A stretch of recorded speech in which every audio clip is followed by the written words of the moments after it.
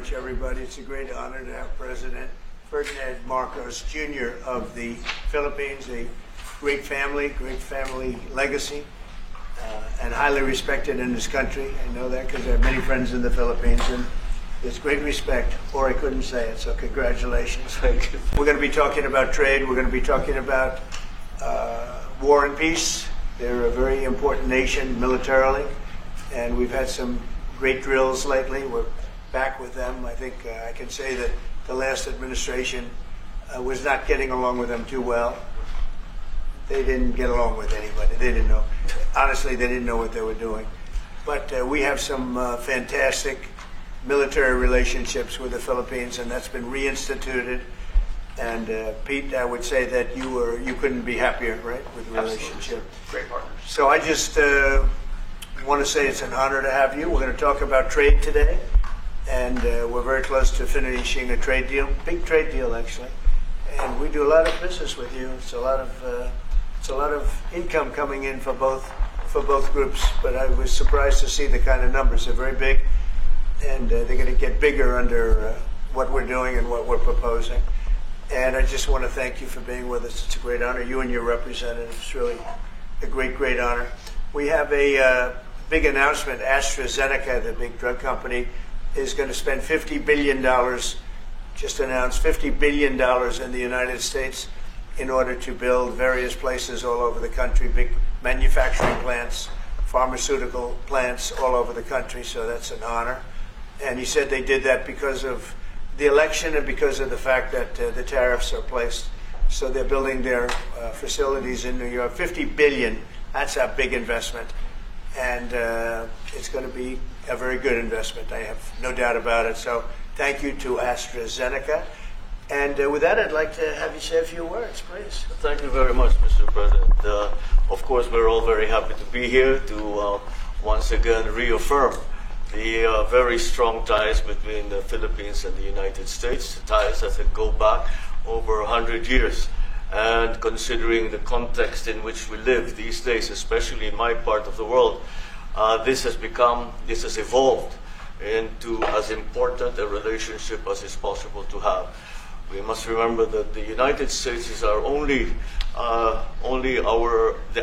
treaty partner in the Philippines, and that has stood us in good stead over the years, certainly through the Second World War, and the cultural memory of all Filipinos, down to even the school children, is that our strongest, closest, most reliable ally has always been the United States. That is something that we value, that we are grateful for, and that we will continue to foster as we go on. With the leadership of President Trump, I am very confident that we will be able to achieve that. I think it is worthwhile to remember that it was President Trump who, in his first term, characterized the relationship between the Philippines and the United States as ironclad. And that has been necessarily the case since that time that you made that statement, sir. And it is something that the Philippines will always hold close to its heart. Thank you once again, and we are honored, and it is our great pleasure to be here and to visit with the President of the United States. Thank you, sir. It's my great honor. Any questions? Mr. President. Yeah, please go ahead. Mr. President, do you think that Fed Chair Jerome Powell should resign? I think he's doing a bad job, but he's going to be out pretty soon anyway. In eight months, he'll be out. But I call him too late. He's too late all the time. He should have lowered interest rates many times. Europe lowered their rate 10 times. We lowered ours none. And it's causing a problem for people that want to buy a home. Look, our economy is so strong now, we're blowing through everything. We're setting records. You know that, you see that. And whether it's the Philippines or anyone else, we're setting records at levels that nobody's ever seen before. But you know what? People aren't able to buy a house because this guy is a numbskull. He keeps the rates too high, and probably doing it for political reasons. The only time I remember him cutting rates, he cut the rates just before the election to try and help Kamala or whoever he was trying to help. He probably didn't know. And he's building a building. He's $2.7 billion. They have a $900 million overrun. What is that? And that was given by Biden. That was another Biden deal. And this guy's building this building that's severely overrun. And what does he need the building for? Why does he need space for more people? So they did a big study the other day, and they called all of the great intellects and the great economists and all of the great everything. And it was 71, and only 2 got it right. Me and another gentleman that happens to be very smart. 69 people got it wrong, and the Fed got it wrong, more wrong than anybody. And you know, he has these think tanks, and they build buildings for people that think. And it's really not thinking; it's a little bit of combination of thinking, but it's something you sort of have or you don't have. They don't. The job he's done is just terrible. He ought to raise interest rates. You know, we should be at 1%. We should be leading the world. Instead, we're paying 4%. And if you look at what that means, that's over $1 trillion in interest that we have to pay. That with the striking of a pen, we would be saving more than $1 trillion. Is that right, Scott? Yes, Do you have sir. anything to say about it? Yes, sir. I called yesterday and this morning for the Fed to do a big internal investigation to understand not their monetary policy, but everything else. The Fed has had big mission creep, and that's where a lot of the spending's going. That's why they're building these new or refurbishing these buildings. And I think they got to stay in their lane. And I think that based on the way they cut rates last fall, they should be cutting rates now. It's inconceivable. I know the Fed very well, that they can be spending $2.7 billion to build a building. They don't do anything. It's the greatest job. You show up one day, a half a day, you make a little speech, the economy's doing well, the economy's not doing well, we're going to raise interest. And he's got it wrong. That's why I call him too late, T-O-O, too late. And it's really too bad. But it is affecting people that want to buy houses, and that shouldn't happen. And Mr. President, And you know, he should lower them. Those rates should be 3 points lower. That's what they should be, 3 points lower, maybe more than that. Mr. President, I would like to ask both of you Yes. one question. Mr. President Marcos, next year, Philippines is going to be the rotating chair of ASEAN. I wonder, how do you plan to balance your relationship between the United States and China? And for President Trump, Kremlin yesterday said if you are going to Beijing in September, they wouldn't rule out a meeting between you and President Putin. Is such a meeting possible? And how soon do you plan to visit China? Well, we have a lot of meetings possible. President Xi has invited me to China, and we'll probably be doing that in the not too distant future. A little bit out, but not too distant. And I've been invited by a lot of people, and we'll make those decisions pretty soon. Please. Well, as you say, we are chairing ASEAN for 2026. There is no need, in a sense, to balance, as you characterize it, to balance our relationship within the United States and China, simply because our foreign policy is an independent one, and we are essentially concerned with the defense of our territory and the exercise of our sovereign rights. Now, whether we do this not alone, we need to do this with our partners. And again, our strongest partner has always been the United States. But of course, we are trying to form coalitions and multilateral relations so that those like-minded nations who share the same values as we do, who hew to international law, most specifically the UNCLOS,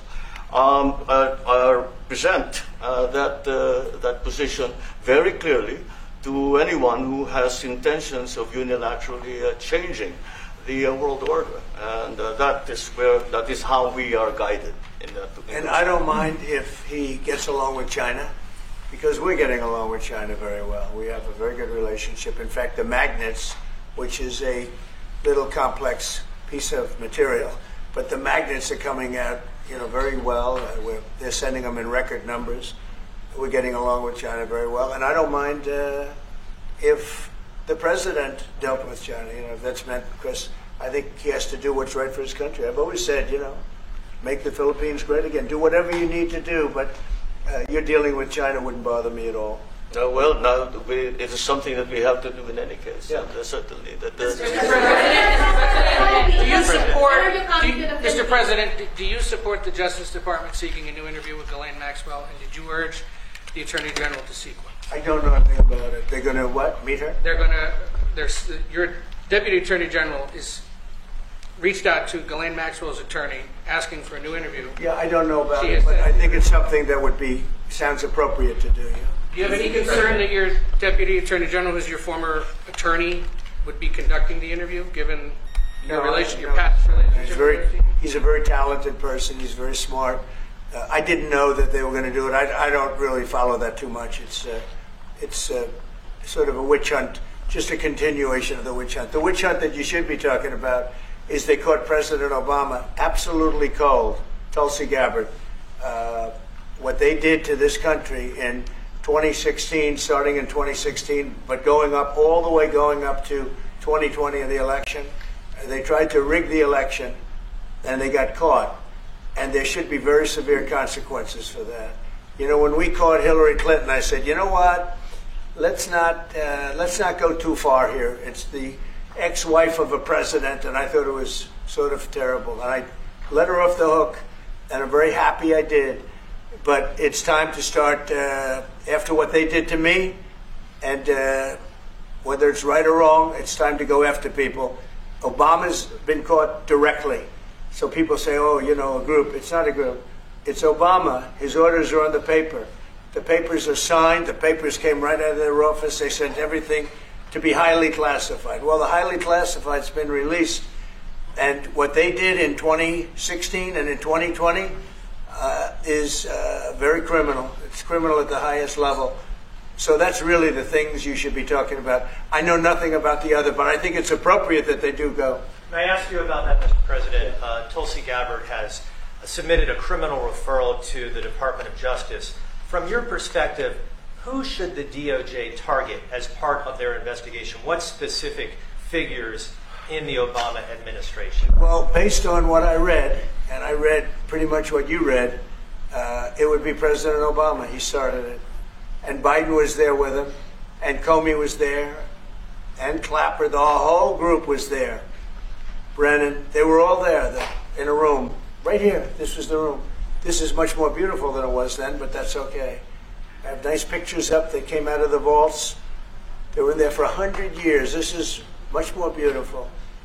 We have the Declaration of Independence now in the room, which wasn't here. I guess people didn't feel too good about putting it here, but I do. But you know what? If you look at those papers, they have them stone cold, and it was President Obama. It wasn't lots of people all over the place. It was them too.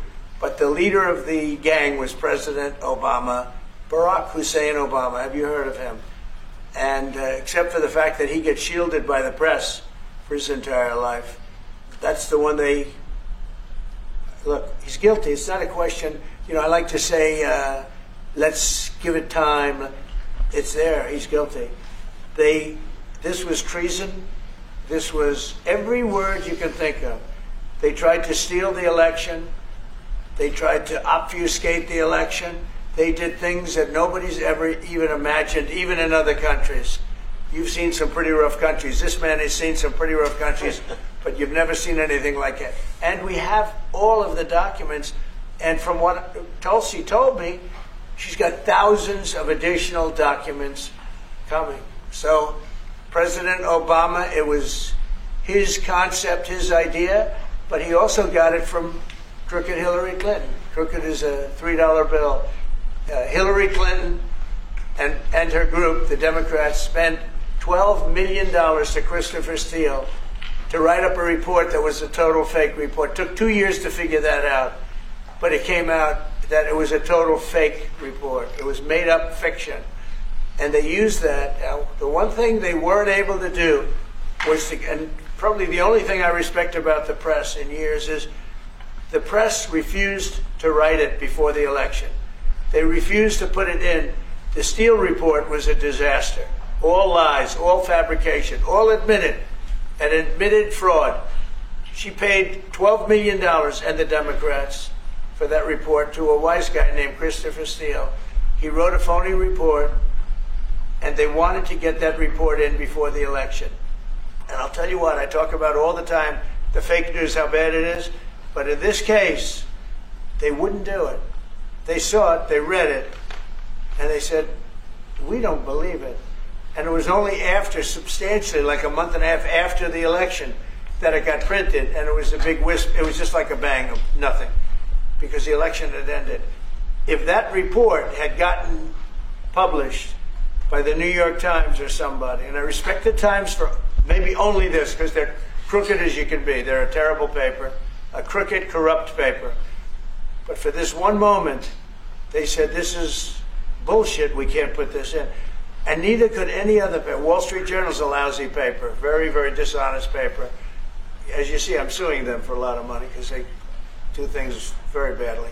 It's got a nice name, but it's really, in my opinion, it's a terrible paper.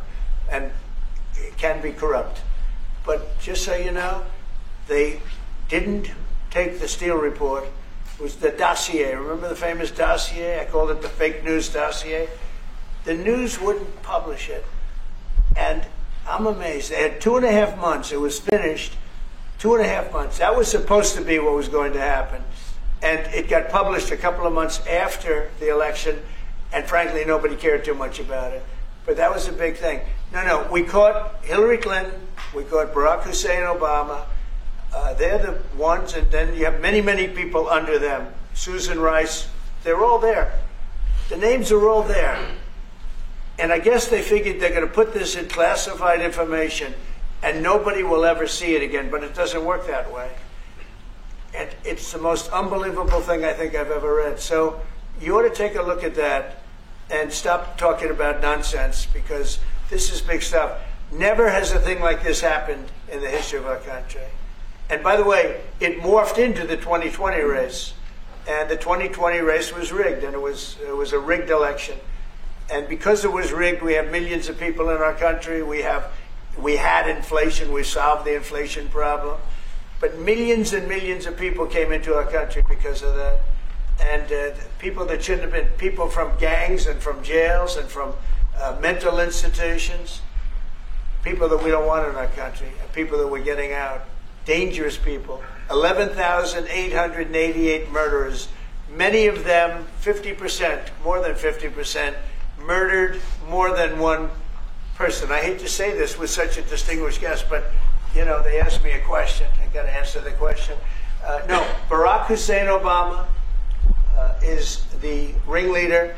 Hillary Clinton was right there with him, and so was Sleepy Joe Biden, and so were the rest of them. Comey, Clapper, the whole group. And they tried to rig an election, and they got caught. And then they did rig the election in 2020. And then because I knew I won that election by a lot, I did it a third time, and I won in a landslide. Every swing state won the popular vote. But I won that all the same way in 2020. And look at the damage that was caused.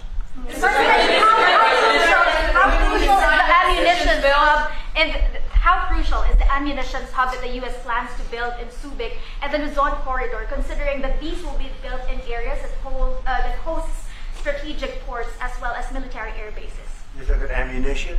Yes, the U.S. House Congressional Committee on Appropriations approved a budget. What's very important. Otherwise, we wouldn't have approved it.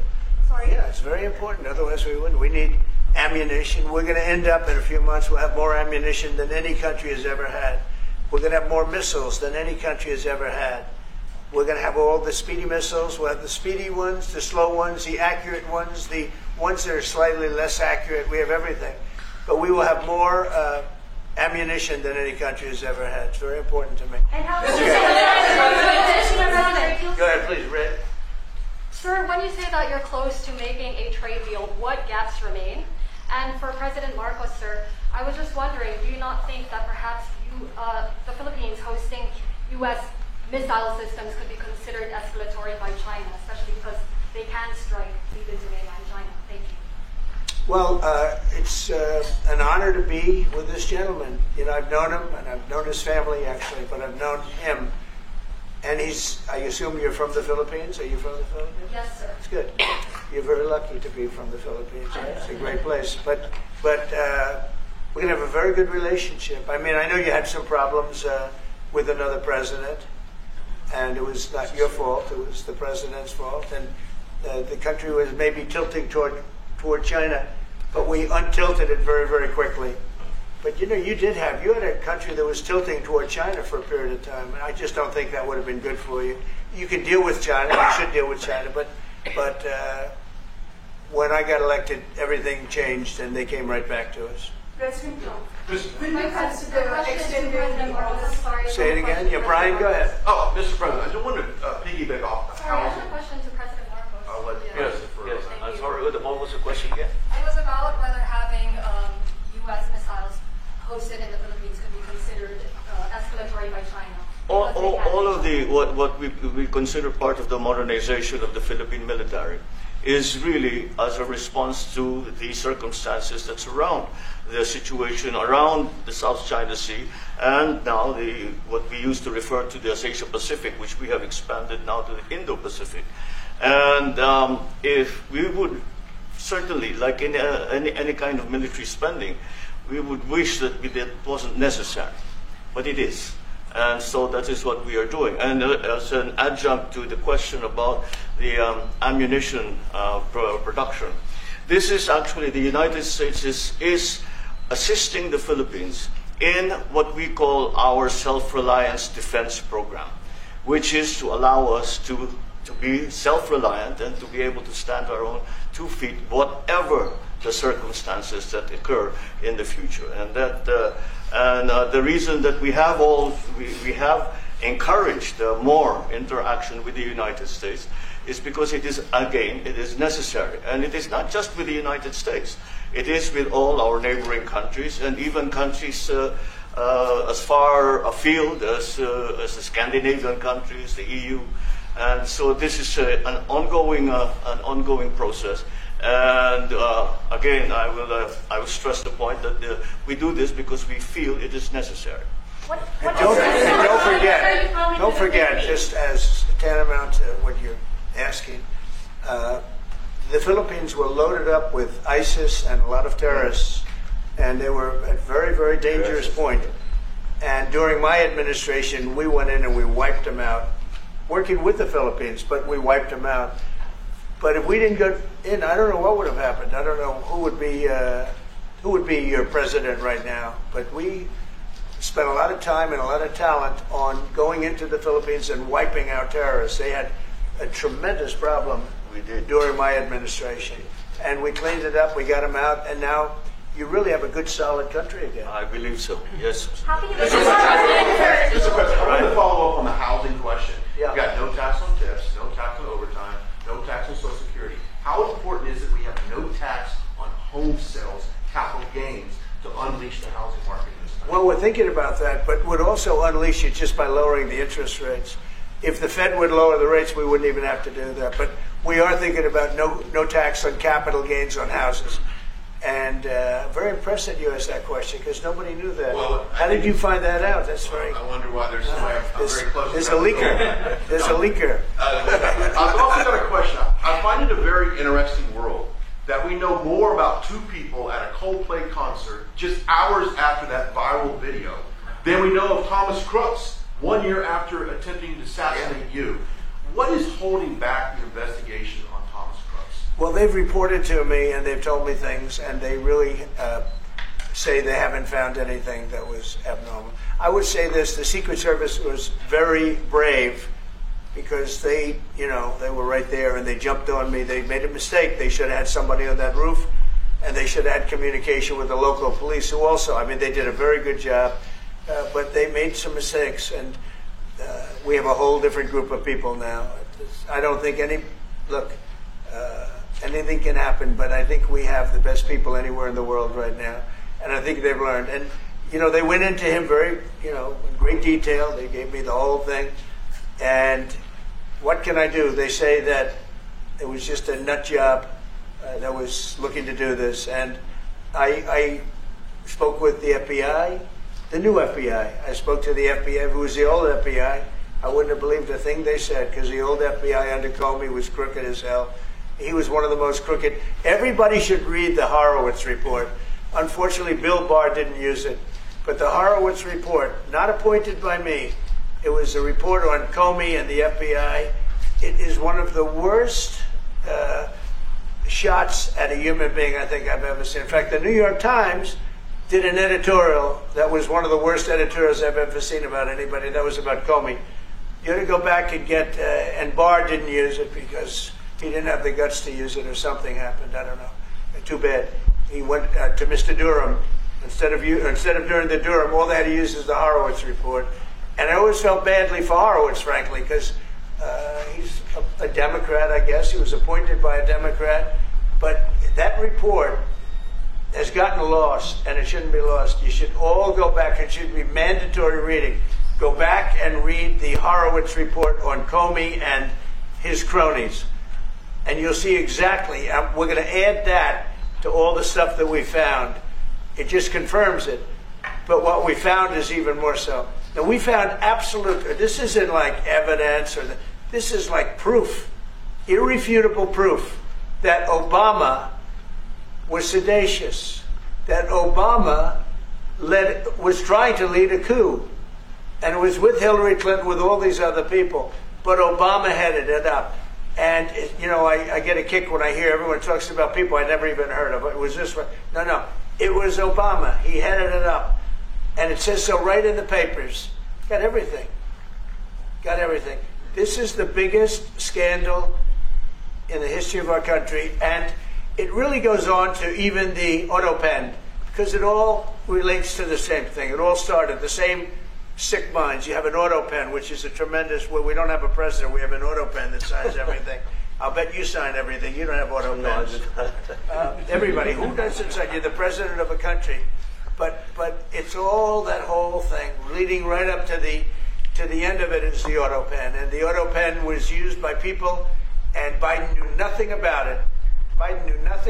They were signing documents that he knew nothing about. As an example, they released the Unselect Committee of Liability. The Unselect Committee spent 2 years grilling everybody, and then they destroyed all the evidence. You know why? Because the evidence made them guilty. And he gave them all a pardon. The Cheney, all the scum that was on the Unselect Committee, Cryan, Adam Kinzinger, and Democrats. And he gave them a pardon. Do you have something else, guys? I was going to add one more thing on Adam Schiff. Director Pulte reports that Adam Schiff claims he lived in a one-bedroom apartment. Now, how does a family of four, and you're a developer, very successful developer, how does a family of four live in a one-bedroom apartment? No, it looks like Adam Schiff really did a bad thing. They have him. Now, let's see what happens. It's not up to me. I stay out of it purposely. But it's mortgage loan fraud. It's a big deal. He defrauded banks and insurance companies and the federal government. But it's very simple. It's mortgage loan fraud. And you're right. It's a lot of people to live in a one-bedroom apartment, right? But he put it down.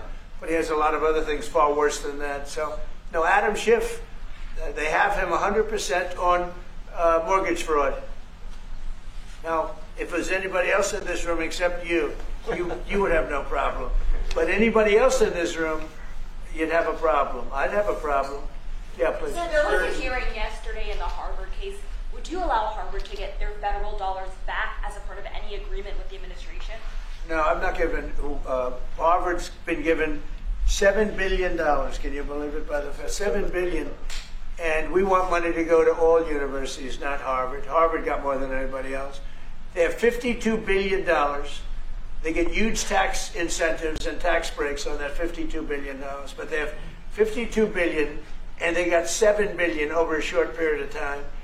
And we have a very hostile judge appointed by Barack Hussein Obama, a very, very hostile judge who knows exactly right from wrong. But we expect to win it on appeal. She hasn't given a decision yet, but she's very hostile, and she was put by Barack Hussein Obama. And generally speaking, anybody that does that, we're going to have problems with. So we don't expect to have. We won the case yesterday. Anybody that was there that was a neutral would say we easily won the case. But a lot of the case, and a big part of it's going to be how much money Harvard gets in the future. That's not part of the case, and they're not going to get very much. Mr. President, where are we in terms of negotiating about the reciprocal tariff? How far are we? With who? With the Philippines. Yes, sir. How far Are you from the Philippines? Yes, sir. I'm from the Philippines. How far are we from achieving Well, free it's tough. trade? He's a very tough negotiator. So far, we're not there because he's negotiating too tough. In fact, I used to like him better than I do now. He's too tough. But we'll probably agree to something. But he's a strong negotiator. He loves your country. Mr. President, When are you coming to the No, Philippines, please. sir? you talked a lot about the severe consequences that those who are involved in the Russia hoax must face. In your view, sir, what are the next steps now that these documents are out there? Tulsi Gabbard? Well, the Justice Department would have to act. And we have a very competent, very good, very loyal to our country person in Pam Bondi, very respected. And it's going to be her decision. Just a follow-up to that, sir. Kristi Noem is in New York City visiting an off-duty CBP officer who was allegedly shot this weekend by an illegal alien who came into the country during the previous administration. Right. What is your message to any local leaders who continue to push sanctuary city policies after this nearly tragic incident? So the only thing I don't understand, because you like to understand things and we're all smart people and all, but why would they allow 21 million people into our country, unvetted, unchecked? You don't allow it. You wouldn't allow people in. He's tough. No, the country's run properly. Biden and his group of thugs, and I don't think it was Biden, I think it was the people that surrounded that beautiful Resolute desk right behind you. They allowed 21 million people, probably much more than that, and many of them came from jails and gangs and drug dealers and mental institutions, insane asylums. Many of them are very sick. 21 million, probably 25 million, probably even more than that. And we're getting them out. Many were murderers, as I said. They killed people. Many killed more than one person. Stone cold murders. I don't understand why they would have allowed that. There's only two reasons. The vote. Is there one voters? It's one reason. I don't think they would have done it for that because they cheat. You know, they're so good at cheating, they don't need that. But the vote, and the second reason is they hate our country. I think they hate our country. I actually do. And it's the biggest problem. I mean, much of our time is spent with, you know, we have the strongest border anywhere in the world now. Maybe even stronger than your border, if you can believe it. We have no people came in last month, zero, which is pretty amazing. I'm not even sure I can believe that. But liberals are the ones that do that calculation. So, but we had no people come in. A year ago, we had hundreds of thousands of people come in. Hundreds of thousands of people. And they flowed in. And if it wasn't for the election, it would have been millions of people came in last year. So millions of people prior to election time, they allowed millions and millions of people to come into our, I mean, you saw it. They'd open the gates. If you took an Alabama-LSU football game that holds 128,000 people, I was there, 128,000 people. And I like them and they liked me. But if you took that and doubled it, that's what used to flow into our country on a daily basis. It's not even believable. And we're getting them out, and we're starting with the worst ones. And we had a man shot yesterday, a police officer who was a great gentleman, shot right here in the throat. Probably won't be able to speak again.